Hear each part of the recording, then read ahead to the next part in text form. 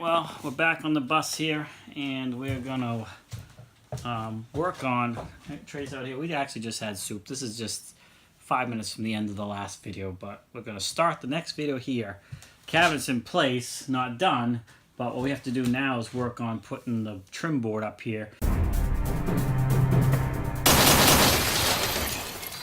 And we got to put some doubled up spaces first, and the trim board, which is these boards down here, will sit on top of that, leaving a cavity that we can reach behind, put an LED strip in there, as well as access any 12-volt wiring on both sides of the bus, because you know, it's going to hide all these wires on this side, and if we have to add any, we can. So that's what we got to do next. So the bottom of it will be about here, be like about like this, and it'll stick up to about here. So I think that's what we're going to work on next, so we can get this side up. It'll come to here, it'll go down around this, and it'll also be a support for the back of this, because it'll be right across this all the way over to the end, which will hide all this as well. So that's what we got to do first, is find some strips to put in here and screw them in and double it up and go from there. Alright, so what we're doing here is putting this board on, and we're going to put it all the way.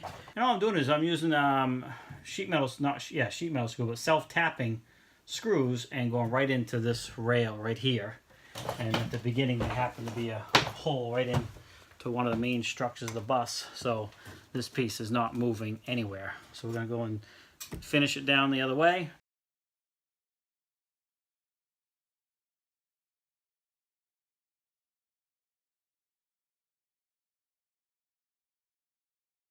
Alright, so I'm just test fitting this finished board here.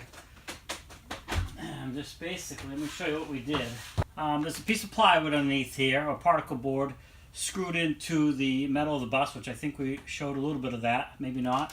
Then I put another board ripped down on top of that. And then I put my trim board and realized it wasn't really leaving enough space. So I've added another piece of wood. And now when I put the trim board up, you just saw, it gives me enough room that I can get my hand down in there, and we can put a row of LED strips on this, which will be behind the trim board.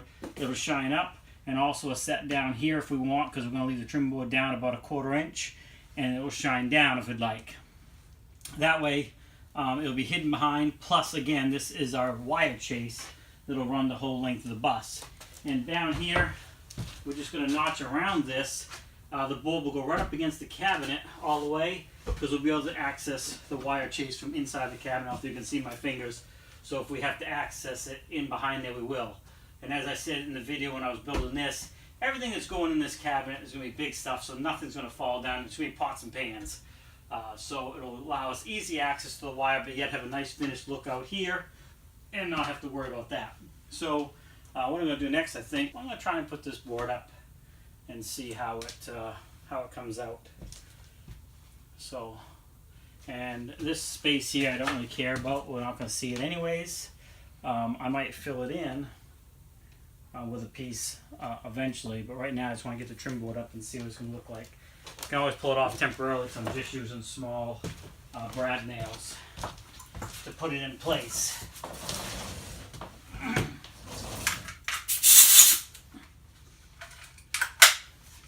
Alright, so let's get this up. Well, there's not a lot of air left, but the reason why I stopped is because I shut the valve off and didn't even remember shutting it off.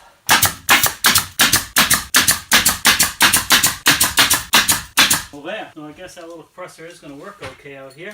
I just got to cut a piece to finish this here, and we will screw down from the cabinet into that piece too, to make it all nice and solid, although I've already hung off this cabinet. It's not going anywhere. And again, we're still going to put a face board over this to cover any gaps and make a nice finished look to it. So anyway, that's one way you can hide your wires on your bus and still have access to it and not have to look at that ugly look. Now we're going to do the same thing on that side, which there's a ton of wires to hide. All the original wires for the bus are over there. This side will have a few wires we're going to add to it, and of course the LED lights. But hopefully it works out pretty good. You know, and I think it'll be a nice little feature to have those lights shine up onto this or down this way. Not really exactly sure how we're going to do the ones underneath yet, but this is a great way to finish the edge and not have the ugly look, but still be able to get to those wires. I thought that was important to us to be able to get in here and get to any of the wires we need to get to on either side of the bus. So hopefully you found this video helpful. If nothing else, at least entertaining.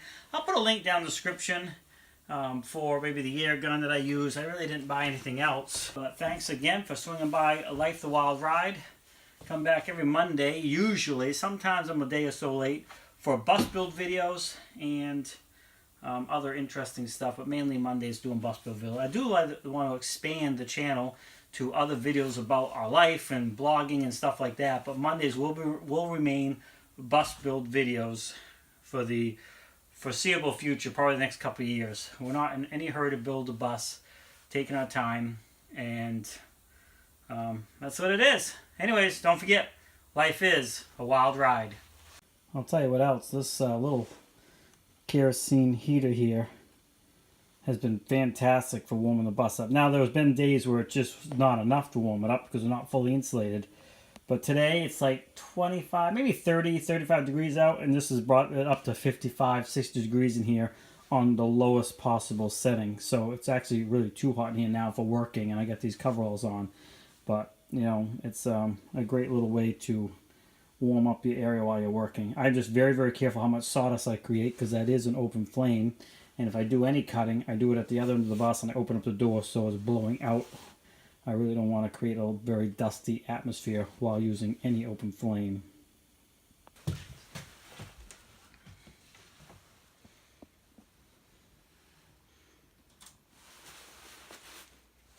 it helpful? Weird toes, but